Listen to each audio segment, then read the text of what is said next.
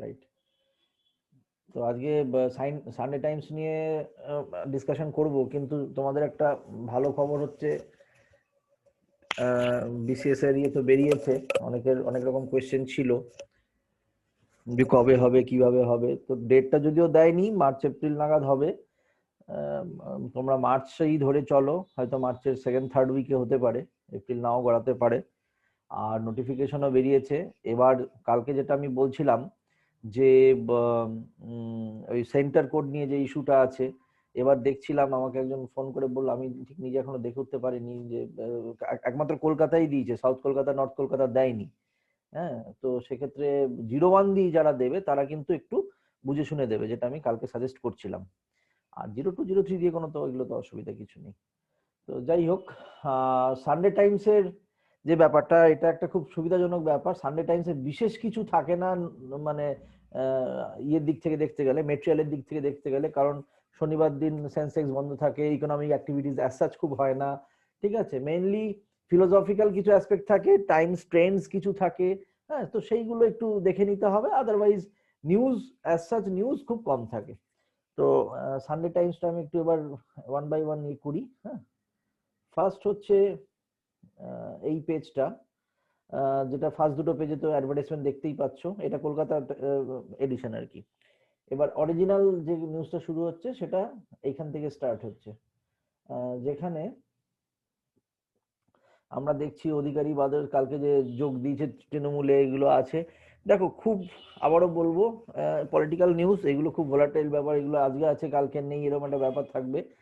তো এখানে একটা ছোট্ট ডেটা দেওয়া আছে, যদি মনে করে দেখে নিতে পারো যে টোটাল কটা অ্যাসেম্বলি সিট আছে, কে কতবার কতটা পেয়েছিল, জাস্ট জানার জন্য। এই ধরনের কোয়েশ্চেন জেনারেলি আসবে না, হ্যাঁ, পলিটিক্যালি সেন্সিটিভ কোয়েশ্চেন তো আসবে না, তবুও নিজের সুবিধার্থে একটা জেনে রাখা ভালো আর কি।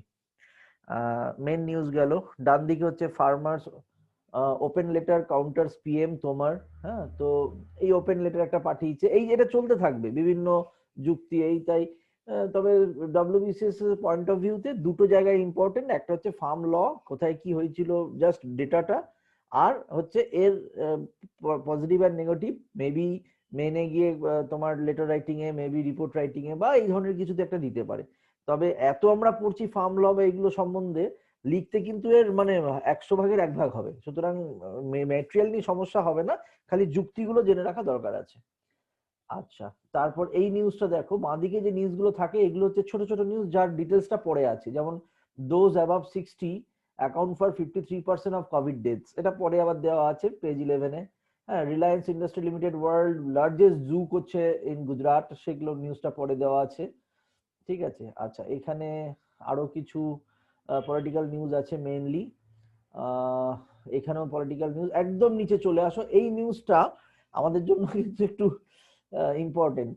এই যে নাম্বারটা, এটা হচ্ছে এই যে ইন্ডিয়া অস্ট্রেলিয়ার যে খেলাটা চলছে টেস্ট সিরিজ অস্ট্রেলিয়াতে উইথ পিঙ্ক বল, ঠিক আছে, সেখানে এক একজন ব্যাটসম্যান কত কত রান করেছে তার, এটা হচ্ছে না, এটা ফোন নাম্বার নয়, এটা হচ্ছে কে কে রান করেছে। প্রথম জন 4 রান করেছে, দ্বিতীয় জন 2 রান করেছে, এবং 0904408 1, এবং 36 রানে অল আউট হয়ে গেছে ইন্ডিয়া। ঠিক আছে, দারুণ একটা ব্যাপার। তো এটা মনে রাখা দরকার আছে। এটা মানে অনেক কটা রেকর্ড ক্রিয়েট করে ফেলেছে আর কি, বুঝতে পেরেছো তো, মানে পৃথিবীতে বা ইন্ডিয়ার ক্ষেত্রে, তো এটা একটু জেনে রাখো, এগুলো খুব আহ, কোথায় কখন আসে বলতে পারবো না, বাট একটু জেনে রাখা দরকার আছে। ওইটা লিখে রাখা মানে নোট ডাউন করা, বা এই এই এই বক্স গুলো যদি সামাও কেটে বা ইয়ে করে রাখতে রাখতে পারা যেত আগে, যাই হোক, এখন নোট ডাউন করা যেতে পারে। খুব অ্যাট্রাকটিভ থাকে বক্স গুলো ইনফ্যাক্ট। তারপরে নিউজ হচ্ছে, আগের পাতাটা আগে দেখে নি, আর নিচে কিছু আছে কিনা আমার তো মনে হয় না, না নিচে কিছু নেই। তারপরে নিউজে এসো। আহ, এটা হচ্ছে নো কাজ অন ডক্টর স্কোয়াডে, টাইম সিটি, টাইম সিটিতে খুব বেশি কিছু নেই, এগুলো নিউ ইয়ার সেলিব্রেশন, তারপর 25th এক্সমাস যে সেলিব্রেশন গুলো হয় সেগুলো নিয়ে আছে। আহ, নেই এখানে বিশেষ কিছু নেই। Paper page 3, page 3 time city. Time সিটিতে কি আছে, প্রসিকিউশনস নাকা চেক, কেএমসি পোর্টাল রুট ডুব সেলার্স, এখানেও বিশেষ কিছু নেই। 60-year-old dies.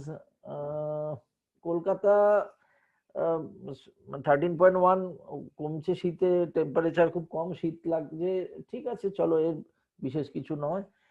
টাইম সিটি 4 এইখানে একটা নিউজ আছে যেটা কিন্তু খুব ভালো, মানে 90% patient count up by 90% as particulate matter 2.5 level rises 13 times since lockdown। এইখানে কিন্তু অনেক ডেটা দেওয়া আছে, তুমি দেখবে এই যে পার্টিকুলেট ম্যাটার তো দু ধরনেরটা আমাদের খুব ইম্পর্টেন্ট হয়, PM2.5 আর PM10। তো PM2.5 এত সূক্ষ্ম জিনিস আমাদের লাংসে গিয়ে ওটা ওখানে থেকে যায় এবং আমাদের লাংসটাকে ড্যামেজ করতে পারে, যার জন্য এখানে প্রবলেম ক্রিয়েট করে, এই রোগগুলো বাড়ায়, লাংস রিলেটেড রোগগুলো বাড়ায়, আর যাদের এক্সিস্টিং ডিজিজ আছে তাদের আরো সমস্যা তৈরি করে যায়। দেখো এই নিউজটা তুমি যদি পড়ো, একটা নতুন টার্ম পেলে, পালমোনোলজিস্ট, ঠিক আছে, যারা লাংসের ট্রিটমেন্ট করে, একটা ডক্টর, একটা স্ট্রিম, যেটা আমি বলেছিলাম যে নরমান লুইসের ওয়ার্ড ফর মেডিসি যে বইটা, ওইখানে কিন্তু এই টার্মিনোলজি গুলো দেওয়া আছে। পালমোনোলজি যদি নাও থাকে, এটা নতুন অ্যাড করে নিলে, ঠিক আছে। এখানে বলছে যে patients with asthma, COPD, upper respiratory tract infection, allergic bronchitis and unexplained cough, এইগুলো ওপিডি তে আসছে এবং এটা অনেক বেড়ে গেছে। আগে যেটা লকডাউনের সময় যা ছিল তার থেকে 13 টাইমস বেশি হচ্ছে। কেন? Due to pollution. আর পলিউশনটা এখন কি কেন হচ্ছে? কারণ শীতকালে পলিউশন লেভেলটা অনেক বেড়ে যায়। বর্ষাকালে কি হয়, বৃষ্টি হয়, বৃষ্টির সাথে কি হয়, বাতাসে যে ধুলো ধুলো বা এইসব পলিউটেন্ট গুলো আছে সেগুলো মিক্স হয়ে জল নিচে নেমে চলে আসে জলের সাথে, সুতরাং এয়ারটা অনেকটা পরিষ্কার থাকে, যেটা কিন্তু শীতকালটা সবচেয়ে বেশি প্রবলেম হয় আর কি। হ্যাঁ, ধোঁয়া টোঁ এগুলো বাতাসে ঘুরতে থাকে ইত্যাদি। তো এই নিউজটা পড়লে, এই নিউজে পড়লে একটু ডাক্তারি টার্ম বা অ্যাজমা বা কি জিনিস বা এগুলো যদি মনে হয় একটু দেখে নিতে পারো। আর নোট ডাউন করার জায়গায় জাস্ট 1 or 2 লাইন, যে 2.5 ওটা জাম্প করে গেছে 13 টাইমস। আচ্ছা, তারপরে আমরা চলে আসতে পারি এখানে আর কিছু নেই। মেট্রো, ই পাস, এগুলো সব টাইম সিটির পার্ট। প্যানোর, এইখানে দেখো কয়েকটা সিনেমার নাম দিয়েছে যারা ইন্টারন্যাশনাল 51st ইন্টারন্যাশনাল ফিল্ম ফেস্টিভ্যালে গেছে। জাস্ট জেনে রাখা দরকার। হ্যাঁ, এই ইন্টারন্যাশনাল ফিল্ম ফেস্টিভ্যালটা কোথায় হয়? হ্যাঁ, যেমন এই কলকাতার কথা এখানে বলছে, তাছাড়া কোন কোন সিনেমাগুলো গেছে, কোনটা ফিচার ফিল্ম, কোনটা নন ফিচার ফিল্ম, এইগুলো নিয়ে নাম টামগুলো জেনে রাখা যেতে পারে। ঠিক আছে, বড়জোর এই পর্যন্ত। কারণ এগুলো থেকে আবার যখন রেজাল্ট বেরোবে তখন সেইগুলো খুব ইম্পর্টেন্ট হবে। আদারওয়াইজ এখন নামগুলো পড়া এই পর্যন্ত, এর বেশি কিছু না। আচ্ছা, টাইম সিটির 5 নম্বর পেজ, আবার সেই এক জিনিস। হ্যাঁ, আচ্ছা, সেখানে কিছু নেই, গেল। তারপরে চলে এসো টাইমস নেশন। এখানে ওই Chandigarh Rajasthan CM support Mamata on IPS transfer, ওই যে আইপিএস ট্রান্সফার নিয়ে যে গন্ডগোলটা হচ্ছে কদিন ধরে। হ্যাঁ, দেখো আগের দিনগুলো তুমি যদি পড়ে থাকো, অ্যাজ কিছু এখানে আর পড়ার নেই। হ্যাঁ, মানে কারণ ওগুলোরই আপডেট। কি আপডেট হয়েছে এখন? আজকের আপডেট হচ্ছে চণ্ডীগড় এবং রাজস্থানের সিএম ওনাকে সাপোর্ট করেছেন। আর একটা জিনিস, আবার একটা রিভিশন সর্ট অফ জিনিস, সেটা হচ্ছে যে the centre has used it's overriding provisions in rule 6(1) of IPS cadre rules 1954। ঠিক আছে, তাহলে এইটাও একটা ইনফরমেশন তোমার কাছে থাকলো। তবে আবারও বলছি, এটা ইনফরমেশন ওইটুকুনি, কিন্তু এটার পরীক্ষার দিক থেকে কতটা যুক্তিযুক্ত খুব একটা, এর থেকে অনেক ইম্পর্টেন্ট জিনিস আছে কোশ্চেন জিজ্ঞেস করার জন্য। ঠিক আছে, বেশ। এইটা কিন্তু একটা খুব ভালো নিউজ, সেটা হচ্ছে ই আবগারি। এটা একটা অনলাইন সিস্টেম, গভর্নমেন্টের ওয়ার্কফ্লো বেসড সিস্টেম, ফিনান্স ডিপার্টমেন্টের। যারা ডব্লিউবিসিএস এ রেভিনিউ সার্ভিস পাচ্ছে, তার মধ্যে যারা এক্সাইজ ডিপার্টমেন্টে ঢুকছে, এক্সাইজ ডিপার্টমেন্টে এই এই ই আবগারি নতুন একটা ইয়ে চালু করেছে কলকাতাতে, ওয়েস্ট বেঙ্গলে লকডাউনের টাইমে, এবং এটা ডিজিটাল ইন্ডিয়া অ্যাওয়ার্ড পেয়েছে। হ্যাঁ, এবং খুব দারুণ একটা জিনিস।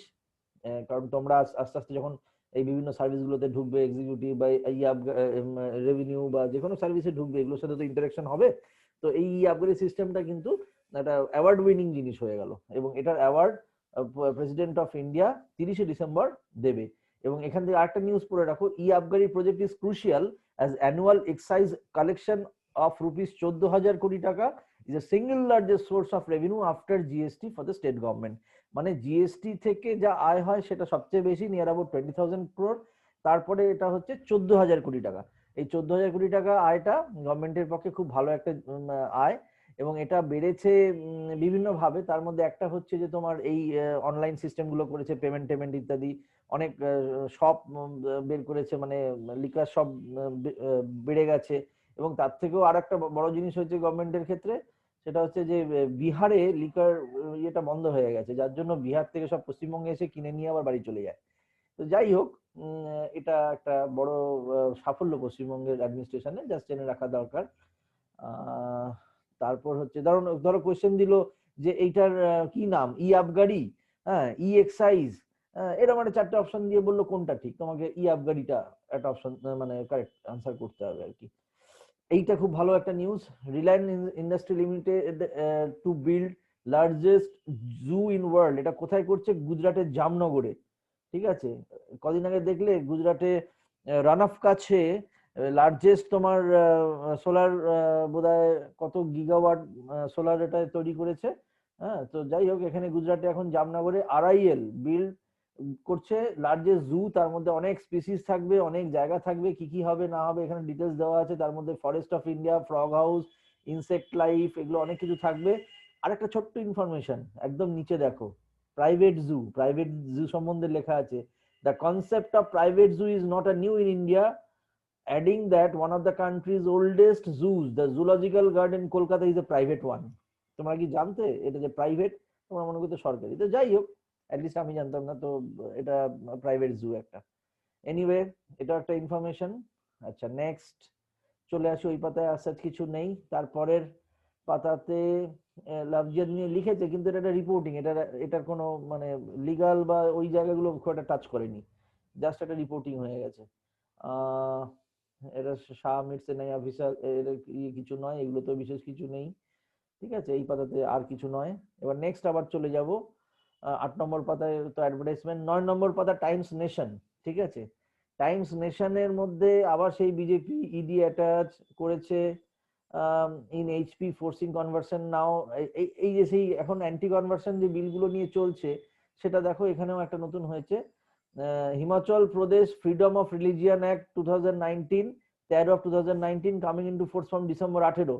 সেখানে বলছে এনি মানে জোরপূর্বক religious conversion in the state will now be cognizable and non bailable offence. ঠিক আছে, জোরপূর্বক সেটা এখানে দিয়েছে। According to section 3 of the new act, no person will convert or attempt to convert either directly or otherwise any person from one religion to another religion। ঠিক আছে, ওই জিনিসটাই রয়েছে। তার মানে আরেকটা রাজ্য অ্যাড হলো, সেটা হিমাচল প্রদেশ। হ্যাঁ, অন্যান্য রাজ্যগুলোর সঙ্গে বেশ কয়েকটা অলরেডি আছে। Airbag for front seat must, এটা ভেহিকেল সেফটির জন্য নতুন একটা করা হয়েছে গত বছর থেকে, যে ফ্রন্ট প্যাসেঞ্জারের জন্য এয়ারব্যাগ মাস্ট, মানে অ্যাক্সিডেন্ট হলে যেন এয়ারব্যাগটা এদের রক্ষা করতে পারে। সেফটি স্ট্যান্ডার্ডে এটা ঢুকে যাচ্ছে। আগে এটা মাস্ট ছিল না, লোয়ার ক্লাসের গাড়িগুলোতে এগুলো পাওয়া যেত না, কিন্তু এখন এটা করছে। আচ্ছা, এরপর চলে এসো, এদিকে আর কিছু নেই, দেখতে পাচ্ছি না। এইটা কিন্তু খুব ভালো একটা জিনিস। দেখো, আমরা WBCS এর প্রিপারেশন করছি, আমাদের অনেক আপস এন্ড ডাউনস থাকে, অনেক সময় ভালো লাগে, অনেক সময় ভালো লাগে না। তো এইগুলো না, কিছু অনলাইন হেল্পলাইন আছে, ঠিক আছে, তুমি ফোন করতে পারো, মেল করতে পারো। ঠিক আছে, এটার মানে এই নয় যে তোমার একদম খুব ডিস্ট্রেস হচ্ছে, ফোন করে নর্মালি ডিসকাস করা যেতে পারে যে এই প্রবলেম, এটা কিভাবে সলিউশন করা যেতে পারে। অ্যাকচুয়ালি সাইকোলজিতে কি হয়, আমরা সাইকোলজিক্যালি অনেক রকম প্রবলেম যখন ফেস করি, একটা গাইড হলে সুবিধা হয়। ঠিক আছে, আগেকার দিনে যখন জয়েন্ট ফ্যামিলি ছিল, আমাদের জেঠিমা, কাকিমা, দাদু, ঠাকুমা, এরা গাইড থাকতো যে তুই এটা কর, তুই সেটা কর। এখন তো সেই জায়গাটা নেই, এখন নিউক্লিয়ার ফ্যামিলি হয়ে গেছে। তো এখন কি হয়, ওই তোমার এই যে সেন্টার গুলো আছে, তার মধ্যে আই কল যেটা, সেটা হচ্ছে TISS এর help, tata institute of social science, ওদের হেল্পে চলে। দেখো, টাটা ইনস্টিটিউট অফ সোশ্যাল সায়েন্সের হেল্পে আই কল চলে, তাদের যারা কাউন্সিলর আছে ফোনে কাউন্সেলিং করে। তো যাদের জবের ইস্যুস আছে, তারা হয়তো কোপ আপ করার প্রবলেম আছে, সেগুলো নিয়ে তারা ডিসকাস করে দেয়। এবং তাদের উপযোগিতা হচ্ছে, তারা কিছু স্ট্র্যাটেজি বলে দেয়, তারা কিছু কোপ আপ ওয়ে বলে দেয়, যে তোমার এই ধরনের প্রবলেম হচ্ছে, তুমি এইভাবে কোপ আপ করো। আলটিমেটলি কোন একটা প্রবলেম হলে, প্রবলেমটা কিন্তু আমরা নিজেরা মিটিগেট করতে পারবো না, কারণ প্রবলেমটা আমাদের আওতের বাইরে অনেক সময় থাকে। তো আমাকে তার সাথে কোপ আপ করে নিতে হবে। যেমন বলে না, নদীতে যখন ঝড় হয়, তখন ঝড়ের তো তুমি কিছু করতে পারবে না, তোমার নৌকোটাকে সেইভাবে তোমাকে অ্যাডজাস্ট করে নিতে হবে, যাতে তুমি ঝড়ের সাথে কোনো টাসল না হয়। ঠিক তেমনি ভাবে আমাদের যে পড়ার সময় বা অন্যান্য সিচুয়েশনে যখন যে প্রবলেম গুলো আসবে, তাকে সেই জন্য নিজেকে কোপ আপ করে ফর দ্য টাইমিং রাখতে হবে।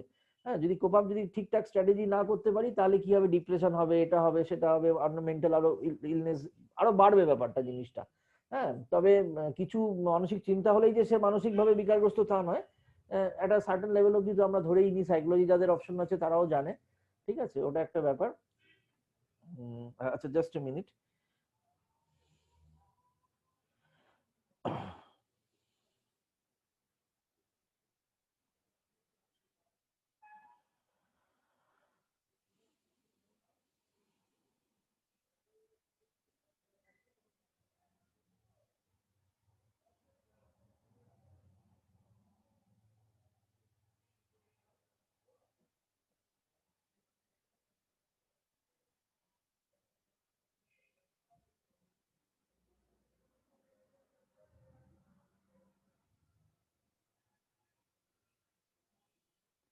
হ্যাঁ, আচ্ছা, এবার আরেকটা জিনিস হচ্ছে, আমরা যেহেতু ডাব্লিউবিসিএস এর জন্য প্রিপারেশন করছি, একটা এটা মাথায় রাখা আমাদের দরকার যে যখন ডাব্লিউবিসিএস এর প্রিপারেশনের সময় যে আপস অ্যান্ড ডাউনস গুলো আসবে, ঠিক আছে, এটা নিজেদের মধ্যে একটা আলোচনা করা কিন্তু দরকার আছে। ধরো তোমার কোনো প্রবলেম হলে তোমার একটা সাপোর্ট গ্রুপ তো থাকে, তা নিজেদের বন্ধু বান্ধব এদের তাদের সঙ্গে যদি আলোচনা করতে পারো তাহলেও কিন্তু প্রবলেমটা অনেকটা মিটিগেট করা যেতে পারে।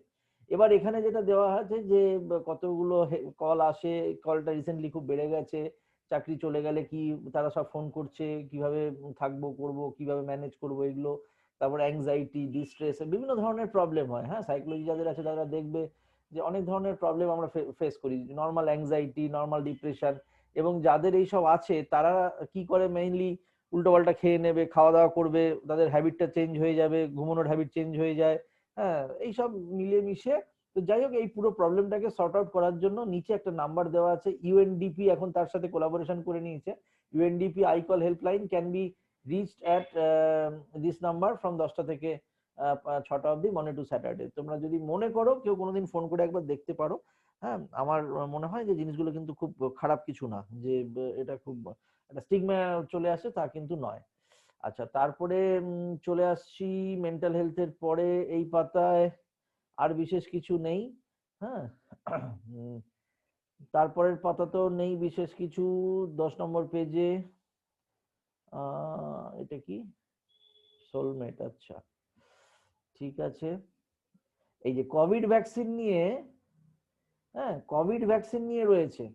কোভিড ভ্যাকসিন নিয়ে ব্যাপারটা হচ্ছে আবারও একই জিনিস। দেখো, আগের যে দুদিন যদি পড়ে থাকো তাহলে এখানে কিন্তু খুব বেশি ইম্পর্টেন্ট বলতে ওই কোভিড ভ্যাকসিন কোন কোম্পানি তৈরি করছে, কোন কোম্পানি, কোন কোন কোম্পানির কোন কি নাম এবং কোনটা চালু করা হবে ইত্যাদি।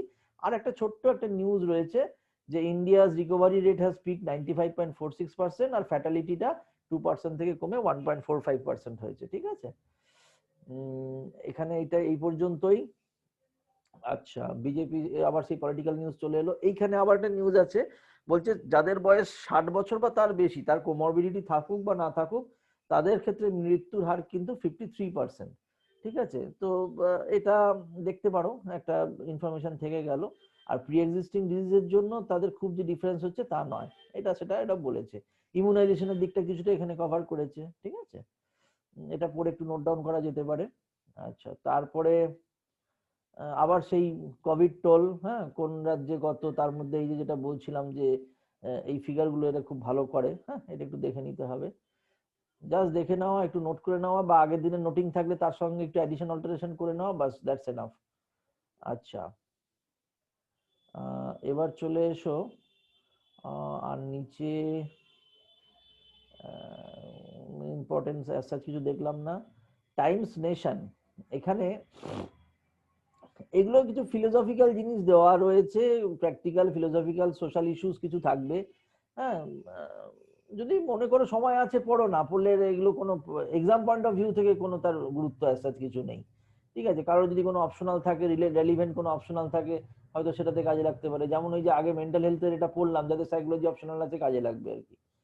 আচ্ছা, টাইম স্ট্রেনস, এটা হচ্ছে সাইন্টিফিক জিনিসগুলো যে যে নতুন নতুন চিন্তা ভাবনা হচ্ছে, ইমপ্লিমেন্ট হচ্ছে, সেগুলো এখানে লেখা থাকে টাইম স্ট্রেনস বলে। ঠিক আছে, সোশ্যাল ইস্যুজ এর মধ্যে মানে science and tech including social aspect এগুলো জায়গা পায়। যেমন parents are getting virtual babysitters, মানে তারা ভার্চুয়ালি বাচ্চাদের সামলাচ্ছে, ফিজিক্যালি গিয়ে নয়। এটা আমেরিকাতে বা ইত্যাদি জায়গায় এই ট্রেন্ড গুলো শুরু হয়েছে অ্যাকচুয়ালি। মানে এই যে সার্ভে গুলো আমেরিকা অঞ্চলে বা ডেভেলপ কান্ট্রিতে বেশি হয় বলে আমরা সবসময় আমেরিকা বা ইত্যাদি রেফারেন্স গুলো নিয়ে থাকি। ভারতে এত লোক, সেই সার্ভে টার্ভে করার অত সুযোগ হয় না, হলেও খুব কম লেভেলে হয়, সময় সাপেক্ষ ব্যাপার ইত্যাদি।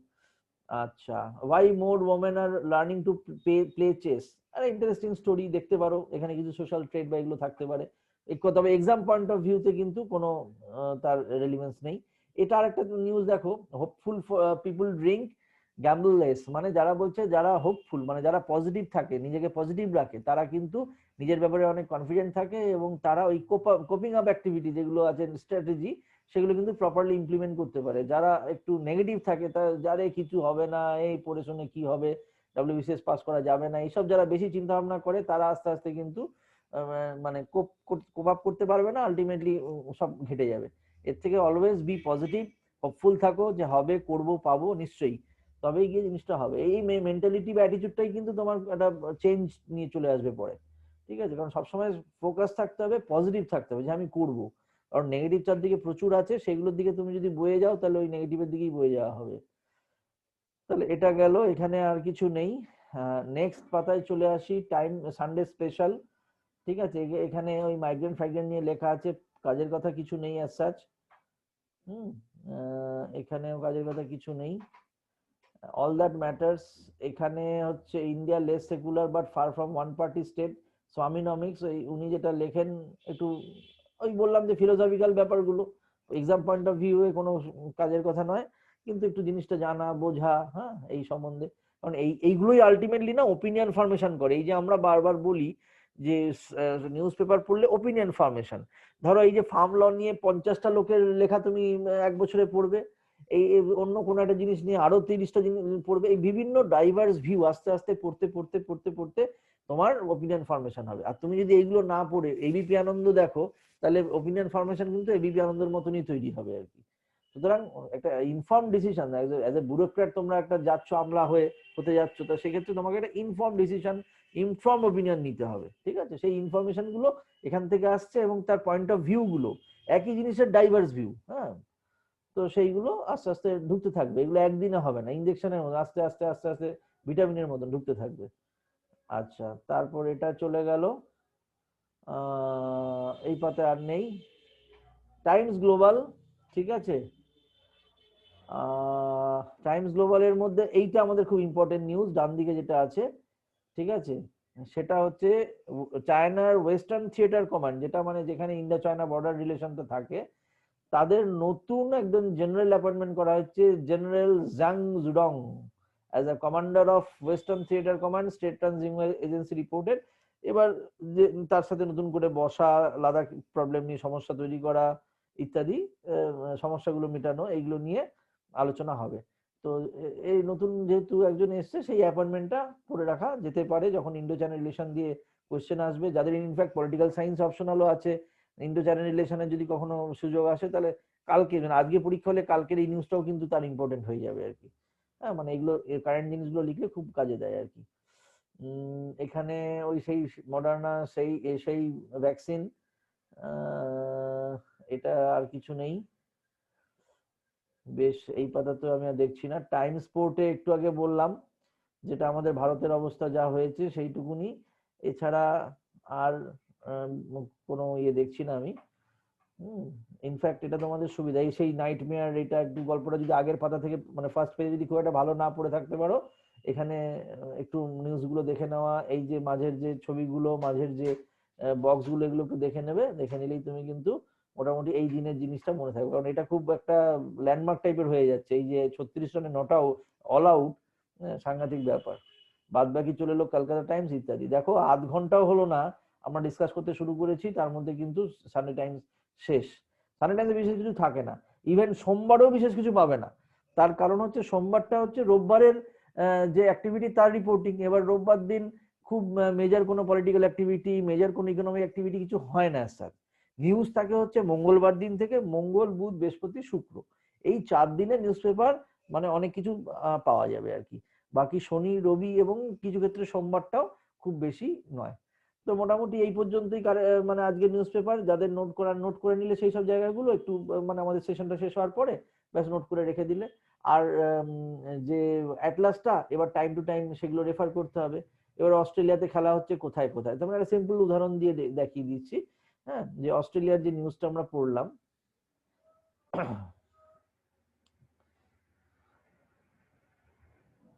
ইন্ডিয়া অস্ট্রেলিয়ার যে খেলাটা, ঠিক আছে, ইন্ডিয়া অস্ট্রেলিয়ার খেলাটা কোথায় হচ্ছে? অ্যাডিলেডে।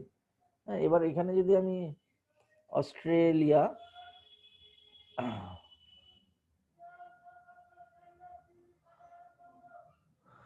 রাইট, এবার এখানে অস্ট্রেলিয়াতে কোথায় কোথায় খেলা হচ্ছে, তোমার তো এই শিডিউলটা দেখলেই বোঝা যাচ্ছে, ধর কোনো একটা অ্যাডিলেডে হবে, কোনো একটা অন্য কোনো জায়গায় হবে। তো সেখানে ঢুকলেই আমরা কিন্তু একটার পর একটা রাজ্য দেশ ওদের ওখানে দেখবো। দেখো, এই অস্ট্রেলিয়াটা নিয়ে আমি বসা শুরু করলাম, একটা ফুল আইডিয়া আমি পেয়ে গেলাম অস্ট্রেলিয়ার কোথায় কি আছে। নিচে আছে গ্রেট অস্ট্রেলিয়ান ব্রাইট, বাঁদিকে ডান দিকে টিমোর সি করে করে প্যাসিফিক ওশেন, কোরাল সি করে পুরোটা এলো। কটা এরকম প্রভিন্স আছে, ওয়েস্টার্ন, নর্দার্ন, সাউদার্ন, কুইন্সল্যান্ড আর নিউ সাউথ ওয়েলস, আর নিচে ভিক্টোরিয়া। অস্ট্রেলিয়ার রাজধানী কি, কোথায় ক্যানবেরা, কোথায় এডলেড, কোথায় মেলবোর্ন, এই যে খেলাগুলো হয় কোথায় কোথায় খেলা হয় দেখো। অস্ট্রেলিয়ার মাদিকটা একদম প্লেন ল্যান্ড, ও সব অনেক ব্যাপার আছে। তো খেলাগুলো কোথায়? এই যে অ্যাডলেডে হয়, মেলবোর্নে হয়, সিডনিতে হয়, ব্রিসবেনে হয়, এই চারটে জায়গায় মেইনলি খেলাগুলো হয়। ঠিক আছে, এই দেখো পরিষ্কার, এই কোন কোস্টে তাহলে বোঝা যাচ্ছে এটা কোন কোন সি, কোন সি এর কোন কোস্ট, পরিষ্কার দেখে নাও, এটা হচ্ছে প্যাসিফিক ওশেন। প্যাসিফিক ওশেনের কোস্ট গুলোতে, এবং অনেক সময় এই যে এখন যে খেলাটা হচ্ছে প্রবাবলি অ্যাডিলেডে হচ্ছে। ঠিক আছে, পরিষ্কার, এখানে তুমি জানতে পেরে যাচ্ছ। তো এই যে রেফারিংটা, এটা অ্যাটলাসে করতে হবে। এটা এখানে করে খুব যে তোমার উপকার হবে তা নয়, কারণ এগুলো একটা ইমেজ তুমি পাচ্ছ, কিন্তু আলটিমেটলি এটা কতটা এখানে উপকার হবে সেটা অতটা বলা যাবে না। বাট এটাও একটা different type of tool, 3D, ঠিক আছে, ওয়েল অ্যান্ড গুড। ঠিক আছে, এবার ধরো তুমি সেখানকার ওয়েদার, সেখানকার তোমার এই যে প্লেটস, টেকটনিক প্লেটস, এগুলো তো এখানে শো করে দিচ্ছে না। হ্যাঁ, সেইগুলো তুমি একবার ওভারঅল লুক করে, কতক্ষণ লাগলো, 1 মিনিট 2 মিনিট লাগবে, অস্ট্রেলিয়া সম্বন্ধে তোমার কিন্তু ফুল আইডিয়া হয়ে যাবে। যদি অস্ট্রেলিয়াতে তুমি এমনি ক্লিকও করো, সেখানকার সম্বন্ধে তোমাকে ডিটেলস বলে দেবে। ধরো তুমি অ্যাডিলেডে খেলা হচ্ছে, হ্যাঁ, আমি একটু একটু দেখার চেষ্টা করি। হ্যাঁ, অ্যাডিলেডে খেলা হচ্ছে, অ্যাডিলেড জায়গাটা কোথায়? এই বাঁদিকে চলে এলো, ঠিক আছে, কুইক ফ্যাক্টস, এখানে চলে এলো অ্যাডিলেডে। হ্যাঁ, কোথায় কোথায় কত জনসংখ্যা কি, এগুলো তুমি যদি চাও সেটাও চলে আসবে। ওখানে এখন টেম্পারেচার কত, হ্যাঁ, টাইম জোনের কি ডিফারেন্স আছে, সেগুলো তোমার চলে আসবে। যাই হোক, তো কোন যদি কোনো নদী থাকে, কোনো সমুদ্র থাকে, ইম্পর্টেন্ট নদী, ইম্পর্টেন্ট সমুদ্র, হ্যাঁ, রাইট, তো এগুলো তুমি অ্যাট দ্য সেম টাইম জানতে পেরে গেলে। যাই হোক, এইটা হচ্ছে টাইমস অফ ইন্ডিয়ার আজকের এডিশন, এইভাবে এগুলো পড়তে হয়। আর পড়ার পরে নোট ডাউন করে নিলে, রেখে দিলে, আর সানডে যেহেতু কম নিউজ থাকে, উইকলি একটা কিন্তু রিভিশন করা যেতে পারে, যে 7 দিনে আমি যা যা নোট ডাউন করেছি একবার রিভিশনটা করে নেব। তাহলে কিন্তু সারাদিনে, সারা সপ্তাহে এইভাবে তুমি যদি করো, তাহলে কিন্তু তোমাকে কেউ আটকাতে পারবে না। কারণ বিসিএস এর যে স্ট্যান্ডার্ডের কোয়েশ্চেন আসে, সেগুলো কিন্তু একদম মেজর, মানে মানে খুব একটা কনসেপচুয়াল জিনিস তা আছে, পাতি কিছু একদম স্ট্রেট কাট কিছু কোয়েশ্চেন আসে, যেগুলো ইনফরমেশন বেসড। তো এইগুলো করতে করতে করতে করতেই কিন্তু তুমি আস্তে আস্তে রিভিশন হতে থাকবে, এবং তোমার মাথায় ঢুকে যাবে। তার মধ্যে মানে 25টার মধ্যে যদি প্রিলিমিনারিতে 20, 22, 24টা করতে পারো তাতেই হবে, আর মেনেও করা যায়।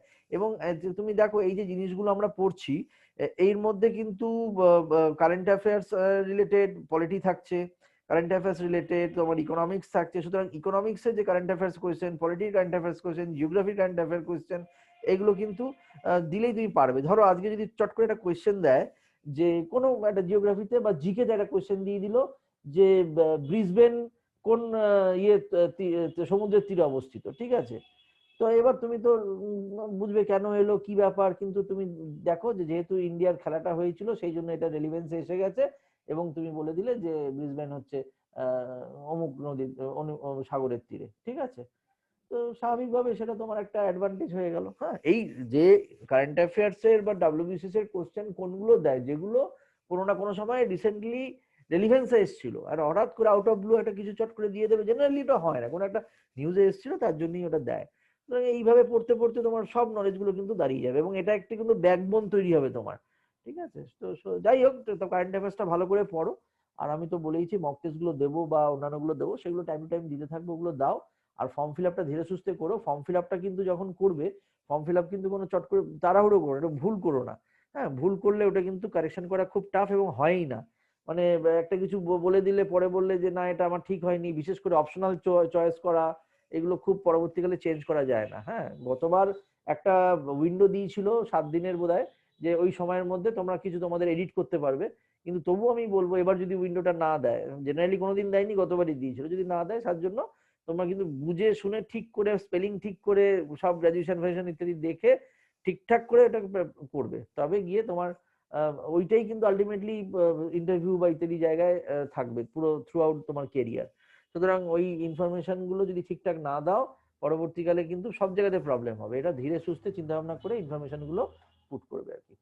ঠিক আছে, এবার তোমাদের যদি কোনো কোয়েশ্চেন থাকে তোমরা করো, বাদ বাকি আবার স্যার স্যার মাস্টার ডিগ্রি কি দিতেই হবে? আমি যদি ব্যাচেলার্সটা দেই না মাস্টার দেবো? তোমার ওতে কি সুবিধা মনে করছো বা কি অসুবিধা মনে করছো? স্যার আমি ভাবছি যদি মাস্টার্স দেই তাহলে অনেক বেশি টেকনিক্যাল জিনিস জিজ্ঞেস করবে, সেগুলো যদি না বলতে যদি না পারি ইন্টারভিউতে। দেখো, তুমি কষ্ট করে মাস্টার ডিগ্রি করেছো, এখন সেটা দেবে না কেন আমি তো সেটা তুমি বুঝতে পারছি না। তুমি স্যার না, যদি স্যার মানে ধরুন আমি এমটেক করেছি আজ থেকে অনেকদিন আগে, আহ, অত ক্রিটিক্যাল জিনিস হয়তো ভুলে গেছি, সেইগুলো যদি আহ, আমাকে আবার জিজ্ঞেস করে যদি না বলতে পারি। দেখো, তুমি ইট ইজ নট এক্সপেক্টেড যে তুমি সবকিছু মনে থাকবে। তুমি সেটা তোমাকে জাস্টিফাই করতে হবে, স্যার আমি এগুলো করে আমি এই মুহূর্তে মনে নেই। না মনে থাকাটা কোনো খারাপ জিনিস না তো। তোমার তো নলেজের টেস্ট তো হয়েই গেছে, তার আগে তোমার হুম, তোমার পার্সোনালিটি টেস্ট হচ্ছে ওখানে। এখন যদি তুমি ওখানে স্বীকার করো যে না স্যার অনেকদিন আগে পড়েছি আমার আর মনে নেই, তবে আপনি বললে আমি একটু চেষ্টা করে দেখতে পারি, বাস ফাইন, ভেরি গুড। তবে তোমার এত কষ্ট করে এমটেক করলে সেটা দেখাবে না, এটা কোনো হয় নাকি? তবে এটা আলটিমেটলি তোমার ডিসিশন, তবে আমি সাজেস্ট করবো দেখাও। ঠিক হ্যাঁ, আছে। আচ্ছা, আর কারো কি স্যার বক্তব্য? বলছি যে এই মাস্টার ডিগ্রি নিয়ে একটা প্রশ্ন আছে। অলরেডি একটা সার্ভিসে আছি এবং সেখানে আমি মাস্টার ডিগ্রিটা শো করিনি, কিন্তু আমার সার্ভিসটা চলাকালীন আমি ওটা কমপ্লিট করেছি, করে আর ইনকর্পোরেট করিনি। তাহলে এনওসি নেওয়ার সময়ও তো তাহলে কর্তৃপক্ষ তাহলে দায়িত্ব নেবে না যে আমি মাস্টার ডিগ্রি করেছি কি না করেছি, সেটাও অ্যাসিওর করবে না তো, শুধু বলবে যে আমি গ্রাজুয়েট, তাই তো? এক নম্বর হচ্ছে, মাস্টার ডিগ্রি তুমি যখন করেছো সার্ভিস করতে করতে, সেটা কি পার্ট টাইমে করেছো না ফুল টাইমে করেছো? না, ডিস্টেন্সে করেছিলাম। ডিস্টেন্সে করেছো, হ্যাঁ, হ্যাঁ। কর্তৃপক্ষের পারমিশন নিয়ে করেছো না পারমিশন ছাড়া? বলতে কি আমি পার্ট 1-এ যখন পড়ছি তখন সার্ভিসটা ঢুকে গেছি আমি। আচ্ছা ঠিক আছে, তারপরে পার্ট 2টা করতে করতে আর কি কমপ্লিট করেছি। আচ্ছা, তাতে অসুবিধা কিছু নেই, তোর কোনো প্রবলেম নেই। তুমি ওটাই জাস্ট একটা ইয়ে করে দেবে। আমার মনে হয় যে তুমি মাস্টার ডিগ্রিটা দেখাও, এবং তুমি যখন ফর্ম ফিল আপ করছো, তোমার হচ্ছে I have just inform the authority, এর বেশি তো কিছু নেই। ও কি কি ফর্ম ফিল আপ করতে সেটা তোকে দিতে হবে না। ঠিক আছে, দিতে হবে কি সেটা চেয়েছে দিতে তো, হবে। হ্যাঁ, চেয়েছে। কি ওরা চেয়েছে? হচ্ছে যে আমি যখন জিজ্ঞেস করলাম অফিসে, তখন জিজ্ঞেস করতে ওরা বলছে যে আমাকে নোটিফিকেশনটা দিয়ে সাথে ওটা দিতে হবে, দিয়ে ওখানে বলতে হবে যে আমি এটার জন্য পারমিশন, হ্যাঁ, পরীক্ষাটা বসতে চাই, আমার পারমিশন ফাইন, দিন। হ্যাঁ, সেটা পারমিশন অবধি তুমি চাইবে বা ইন্টিমেশন চাইবে, কিন্তু তুমি যে ফর্মটা ফিল আপ করছো তাতে তুমি কি কি পার্টিকুলার দিয়েছো, সেখানে নামের বানানে এ না বি আছে, এত কিছু তো ডিপার্টমেন্টের জানার দরকার নেই। তুমি ইনফর্ম করছো, দ্যাটস এনাফ। বুঝতে পেরেছো? আচ্ছা, আচ্ছা। তবে সেক্ষেত্রে যদি মাস্টার্সটা দাও, একটা তোমার অ্যাডভান্টেজ না হোক, একটা ছেলে বা মেয়ে মাস্টার্স করেছে বুঝতেই পারছো, তার একটা তো মানসিক ইয়ে পড়বেই, ইম্প্যাক্ট পড়বেই ইয়ের উপরে। ধরো কেউ মাস্টার্স করেছে, পিএইচডি করেছে, আরো কিছু করেছে, বলে বাহ তাহলে তো আরো অনেক হুম, হুম। অনেক কিছুই করেছো, তাই না? আচ্ছা, আর যদি এটা এরকম হয় যে ধরুন শুধু গ্রাজুয়েশনটা আমি যেহেতু এখানে শো করা আছে, তো হ্যাঁ, সেক্ষেত্রে হয়তো বললো যে ঠিক আছে গ্রাজুয়েট করেছে, আমি সেইটাকে আমি অ্যাকনলেজ করছি যে এই এমপ্লয়ি আমার কাছে গ্রাজুয়েট হয়ে ঢুকেছে, এই গ্রাজুয়েশনটা অ্যাকনলেজ আমি করছি। না তো না না না, এটা তো মাস্টার এটা ডিগ্রিটা বেসিক পরে জায়গা। ইনকর্পোরেট করতে পারবো? যদি ইনকর্পোরেট করতে হয় তোমার এই সার্ভিসে, মানে এই এক্সিস্টিং জায়গাতে, তাহলে আগে থেকে তোমাকে দরখাস্ত দিয়ে এটা করা উচিত ছিল। এখন ওইখানে আর কিছু করা যাবে না। এখন নতুন সার্ভিসে তুমি চিন্তা করো, নতুন সার্ভিসে তুমি যেখানে গ্র্যাজুয়েট আছো, মাস্টার্স হুম। আছে, তুমি সেখানে তুমি কেন ওটাকে সাপ্রেশন অফ ফ্যাক্ট করবে? তুমি গ্র্যাজুয়েশনটা মাস্টার্সটাই দেবে। বরং তুমি এক্সিস্টিং যেখানে ইন্টিমেশন দেওয়ার কথা, সেইখানে তুমি জাস্ট ইন্টিমেশনটা দাও, তোমার ডিটেলস কেন ওখানে দেবে? তার ডিটেলস তোদের কাছে আছে। তুমি বলবে আমি সো অ্যান্ড সো এই ডিপার্টমেন্টে এই জায়গায় কাজ করি এবং আমি মনে করছি আমি ডাব্লিউবিসিএস পরীক্ষার জন্য আগ্রহী, অ্যাজ পার নোটিফিকেশন অমুক আমি অ্যাপ্লাই করছি, দ্যাটস এনাফ। উইথ আমাকে পারমিট করা হোক বা আই এম ইন্টিমেটিং, যেটা আমাদের ক্লজে রয়েছে, ইন্টিমেট করা, এর বেশি আচ্ছা কিছু না।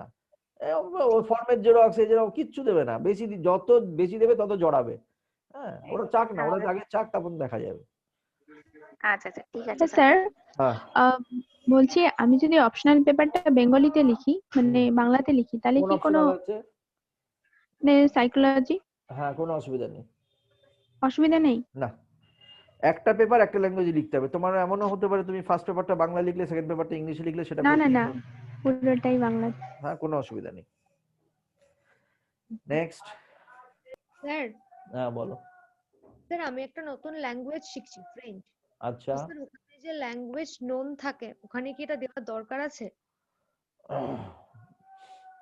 দেখো এটা তো আলটিমেটলি তোমার একটা অ্যাডভান্টেজ বা বলতে পারা যায়, বলে একটা মানে একটা এক্সট্রা একটা ডিগ্রি বা ডিপ্লোমা বা যাই হোক, তো দিতে পারো তুমি যদি কমফোর্টেবল ফিল করো, দিতে পারো। কারণ ওরা কিন্তু যদি ওদের মধ্যে কেউ ফ্রেঞ্চ জানে, যদি দু চারটে কোয়েশ্চেন করে উত্তর দিতে হবে, ঠিক আছে? আচ্ছা তুমি যদি জিজ্ঞেস করে যে তুমি ফ্রেঞ্চ কেন করলে, এটা কিন্তু অ্যাডভান্টেজ। হ্যাঁ, কেন আমার এটা ভালো লাগে বা ভবিষ্যতে যদি কোনো আরো কোনো ওয়ে খুলে যায় ইত্যাদির জন্য করেছি, ফাইন, অসুবিধা কিছু নেই। হ্যাঁ, এবার তোমার বাড়িটা কোথায়? স্যার বজবজ। বজবজ, আচ্ছা। হ্যাঁ, তবে খারাপ কিছু না, এগুলো দিতেই পারো, কোনো আলাদা ল্যাঙ্গুয়েজ নোন না দেওয়ার তো কোনো কারণ নেই। Okay next. স্যার আমি না রেগুলার কোর্সে এমএসসি করতাম আর হ্যাঁ, থার্ড সেম চলাকালীনই জব পেয়ে গেছি আইবিপিএস এ। তো আমি আচ্ছা। ডাব্লিউবিসিএস ফর্ম ফিল আপে যদি আমি আইবিপিএস টা মেনশন নাই করি, শুধু এমএসসি টাই দেখাই, সেটা কি চলবে? যেহেতু আইবিপিএস টা গভর্নমেন্ট জব, তো তুমি কি সেটা কিন্তু না দেখানোটা যাবে না, ঠিক আছে? মানে তুমি দেখাতে নাই পারো, এগুলো একটু রিস্কি হয়ে যায় আর কি।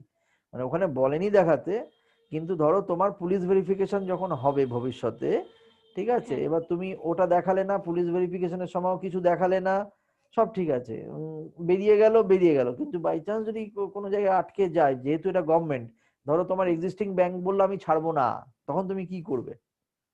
হ্যাঁ, তখন আচ্ছা, তুমি কিন্তু কিছু এগোতে পারবে না, পিএসসি বলবে করে কিন্তু আমার এমএসসি টা রেগুলার কোর্স ছিল, তো দুটো তো ক্ল্যাশ করে যাচ্ছে তাহলে। এই জায়গাটা হচ্ছে প্রবলেম। তুমি রেগুলার কোর্সে কি করে আইবিপিএস এ করলে, আমি বুঝলাম না সেটা। যখন আমি এমএসসি ঢুকলাম তখন আমি পরীক্ষা দেওয়া স্টার্ট করলাম, আমার ফার্স্ট আচ্ছা, অ্যাটেম্পটে আইবিপিএস হয়ে যায়। তো আচ্ছা, তখন আমার এমএসসি থার্ড সেমেস্টার ছিল, তো আমি আচ্ছা, ব্যাংকে জানাই, তো আমার ম্যানেজার বলে ঠিক আছে, কোনো কিছু কাউকে আর কিছু বলতে হবে না, তুমি চালিয়ে যাও, এখন পরীক্ষা টরীক্ষা হবে, ছুটি টুটি দিয়ে দেবো, কোনো অসুবিধা নেই। তো এইভাবে এমএসসিটা হয়ে গেল। না তুমি দিয়ে দাও। চাকরি ক বছর হয়েছে? 1 বছর হয়েছে। এমএসসি টা দিয়ে দাও। এমএসসি টা নাম না দেওয়াটা কোনো ইয়ে করা উচিত না। এমএসসি টাও দাও এবং আইবিপিএস টাও দাও, যেন দুটো মানে ক্ল্যাশ না করে, এমন একটু যদি টুইক করে দিতে পারো বেটার হয় আর কি। দেখো যদি সেই অপশন থাকে, বুঝতে পেরেছো? মানে এমএসসিও শেষ হলো, আইবিপিএসও ঢুকলে একটু যদি 19-20 করে দেওয়া যায়, মানে মার্চ লিখে সাল লিখে বেরিয়ে যাওয়া যায় আর কি। সাল হ্যাঁ, লিখে বেরোনো যাবে না, এমএসসি তো 20-তে শেষ হলো আর ওটা 19-এ যায়নি। ওই জায়গাটাই হচ্ছে সমস্যা।